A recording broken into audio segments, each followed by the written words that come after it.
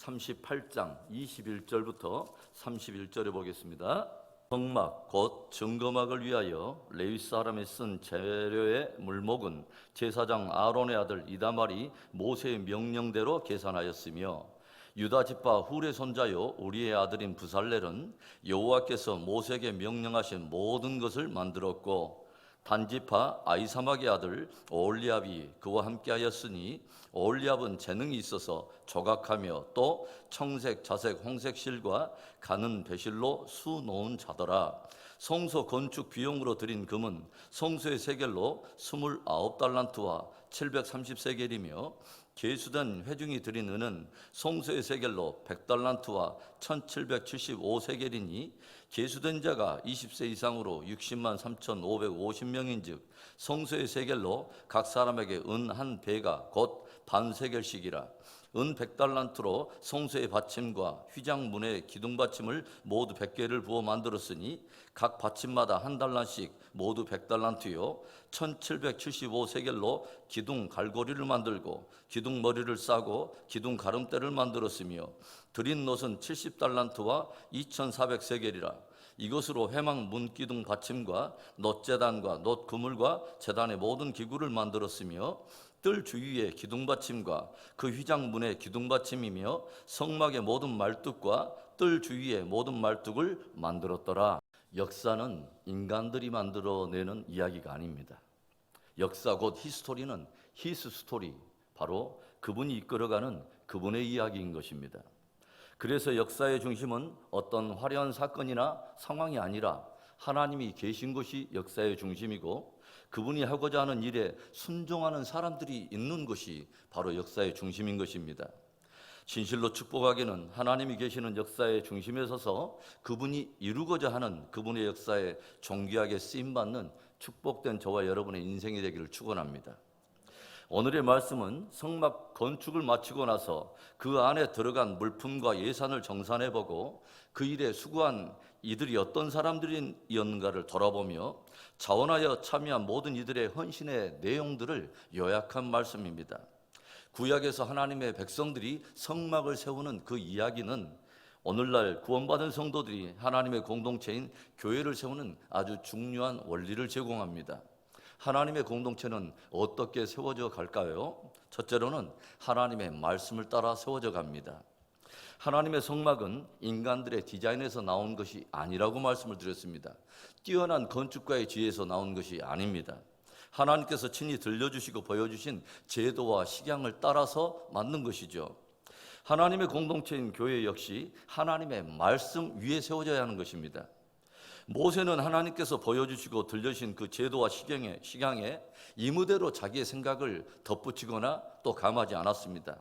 자기가 리더라고 해서 하나님의 주신 말씀에 무엇인가 자기 생각을 첨가하거나 제거하는 가감하는 일을 하지 않았다고 하는 거죠. 모세가 한 일이라고 하는 것은 하나님이 들려주신 제도와 식양에 대해서 있는 그대로의 말씀을 백성들에게 전달하고 선포한 것입니다. 오늘 말씀을 보면 성막 짓는 일에 실제적인 전체 감독을 누가 하냐면 부살렐이라고 하는 사람이 맡아서 하는데 어떻게 그 일을 감당하는가? 22절의 말씀, 유다 지파 훌의 손자요 우리의 아들은 부살렐은 여호와께서 모세에게 명령하신 모든 것을 만들었고, 실제적인 성막을 제조하는 일에 관장했던 부살렐 역시 자기가 건축에 좀 지혜가 있다고 해서 그 모양을 이무적으로 변개하거나 치수를 이무적으로 바꾸거나 거기에 들어가는 기물들에 대한 제도와 식양을 이무대로 바꾸지 않았다는 거죠. 우리는 늘 깊이 기억하고 또 새기고 새겨야 합니다. 하나님의 공동체를 세우는 최고의 기초는 뛰어난 재주나 재능에 있는 것이 아니라 하나님의 말씀에 따른 순종에 있는 것입니다.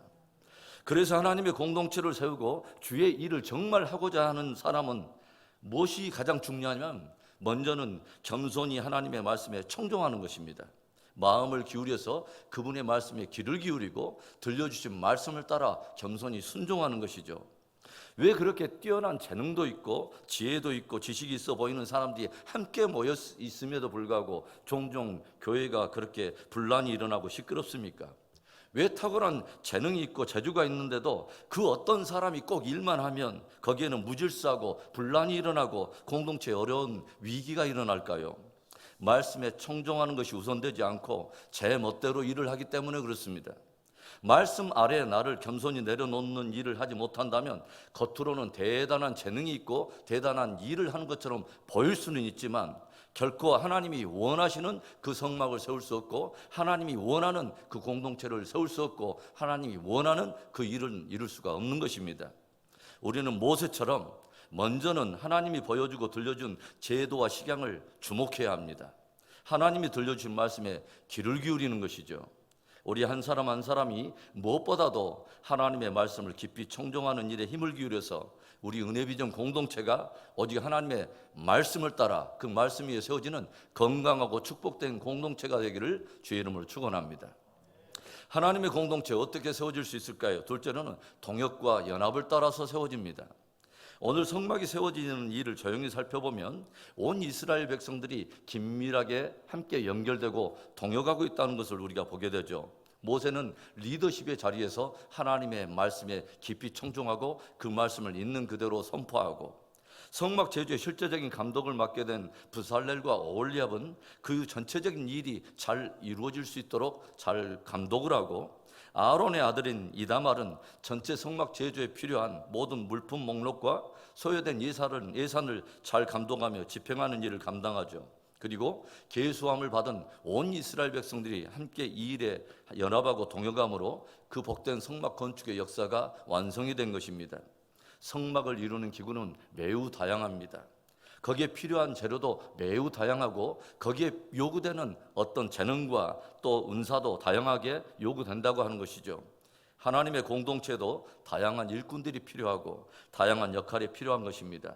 그래서 다양한 은사와 재능을 따라 동역하며 연합할 때 건강한 공동체가 세워질 수 있다고 하는 거죠. 성막을 세우는 널판 기둥에 대해서 우리가 이미 배웠듯이 48개의 널판 기둥들을 모두 다 금으로 싸고 또 은받침 위에 세웠다 할지라도 함께 한 띠로 엮어내는 일을 할 수 없다면 그것은 단지 홀로 낱장으로 서 있는 그냥 널판지 하나에 불과하다고 하는 것이죠. 비로소 띠로 하나로 묶어서 연결될 때만이 성막이 세워진다고 하는 것입니다. 그래서 우리는 함께 일하는 것을 배워가야 합니다. 함께 동역할 줄 모르고 연합할 줄 모른다면 그냥 홀로 낱장으로 세워지는 널판 인생이 되는 것이죠. 어느 날 5손가락이 함께 모여서 자기 자랑을 늘어놓습니다. 엄지손가락이 자기를 치켜들면서 입을 열어요. 사람들이 항상 제일 또는 으뜸을 이야기할 때는 항상 나를 치켜 세우고 말을 하지. 사람들도 누가 으뜸인 것을 이미 알고 있는 거야. 둘째, 검지가 대꾸를 합니다. 사람들이 아주 중요한 무엇인가를 가르쳤고 또 어떤 방향을 가르칠 때는 꼭 나를 사용하지. 내가 없다면 많은 사람들은 방향을 놓치고 말 거야. 그러자 마지막 손가락 한가운데 있는 이 손가락인 중지가 짧게 한마디를 내뱉습니다. 키 재볼까? 이에 질서라. 네 번째 약지가 또 입을 열었습니다. 사람들은 나를 아주 소중하게 여기지. 그래서 각종 정귀한 어떤 그 보배로운 반지가 있으면 꼭 내 위에 그것을 끼워서 사람들은 아주 소중한 약속을 하는 것을 우리가 하는 것을 보게 되지. 그러자 마지막에 이 새끼손가락인 이 소지도 한마디를 합니다. 사람들이 가장 고통스러운 것 중에 하나가 귀가 가려운 것인데 그 일을 해결해 줄 유일한 존재가 바로 나야. 사람들의 가려운 귀 속에 들어가서 그 귀를 후벼줄 존재는 오직 나뿐이거든. 서로 이야기를 들어보면서 자기 잘난 것만 내세우던 손가락들이 어느덧 마음을 낮추고 겸손해지기 시작합니다. 그리고 그 손가락들이 모아지면서 강한 주먹이 되었다는 아름다운 이야기입니다. 성막 건축이 동역과 연합을 따라 이루어진 것처럼 하나님의 공동체 역시 동역과 연합을 통해서 이루어지는 것입니다. 늘 낮은 마음으로 동역과 연합을 이루어서 건강하고 축복된 공동체를 이루어가는 우리 모두 되기를 축원합니다. 하나님의 공동체는 어떻게 세워질까요? 마지막으로는 자원하는 헌신을 따라 세워집니다. 이미 말씀을 드린 것처럼 성막을 건축하는 일에는 다양한 재능과 역할도 필요하고 특별히 많은 다양한 재료와 품목들이 요구되죠. 많은 양의 금과 은과 놋과 같은 보석, 또 청색, 자색, 홍색 실과 가늘게 꼰 배실과 같이 작은 재료들도 필요하고, 또 성막 덮개를 필요한 염소털이라든가 붉은 물들인 수양의 가죽 또는 해달의 가죽도 필요합니다. 그런데 오늘 아론의 아들인 이다말이 정산한 것으로 본다면 모아진 금만 해도 29달란트 하고도 730세겔, 오늘날로 환산한다면 거의 1톤에 가까운 어마어마한 금이 모아졌고, 은은 3.5톤, 놋은 2.4톤 정도의 어마어마한 양입니다. 어떻게 이 정도의 많은 양의 금과 은과 놋이 모아질 수 있었을까요? 특별히 은이 가장 많은 양이 모아졌고 이것이 사용되는데, 이것은 계수함을 받은 온 이스라엘 백성들이 함께 헌신했다는 것을 우리가 알게 되죠. 26절의 말씀 보면 계수된 자가 20세 이상으로 60만 3,550명인즉 성소의 세겔로 각 사람에게 은 한 배가 곧 반세겔씩이라. 이스라엘 백성으로서 20세 이상 계수된 모든 자가 바로 성전에 내야 될 속전세를 낸 것입니다. 그래서 자신이 하나님의 은혜로 구속받은 인생일 뿐만 아니라 내 모든 인생이 하나님께 속해 있다고 하는 것을 속전세에 담아서 고백했다고 하는 것입니다. 그러나 그 외에도 금과 놋뿐만 아니라 다른 요구되는 모든 물품들이 넘치도록 태워졌고, 심지어 너무 넘쳐 흘러났기 때문에 더 이상 가져오지 못하도록 금지령까지 내린 것을 우리가 보게 된다면, 성막을 세우는 일에 얼마나 많은 백성들이 자원하여 기쁨으로 헌신했는가 하는 것을 우리가 가늠해 볼 수 있다는 거죠. 성막을 짓는 일이 자원하는 헌신으로 이루어진 것처럼 하나님의 공동체를 이루는 바로 그 일 역시 성도들의 자원하는 헌신을 통해서 이루어지는 것입니다.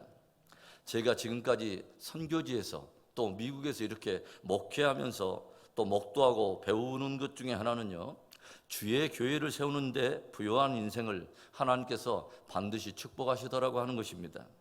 성경에도 우리가 조용히 보면 다윗이 하나님의 전 세우기를 즐거워하고 그 모든 일에 자기의 삶을 자원하여 헌신해 드렸더니, 이제는 오히려 하나님이 다윗의 집을 건강하게 세워주시고 다윗의 그 후대 속에 메시아가 오는 그 영예를 주지 않습니까?